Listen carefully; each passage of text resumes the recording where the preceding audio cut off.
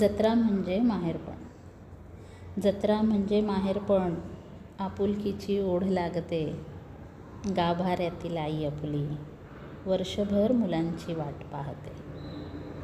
साडी चोळी पुरणपोळी, गजरा वेणी बांगड्या केळी, आई सर्व ठेवून घेते.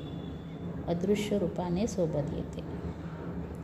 अडला नडला जरी धडपडला, पुन्हा उभी करते ताट. विसरू नकोस कधीच तिला, दाखवू नकोस कधीच पाठ.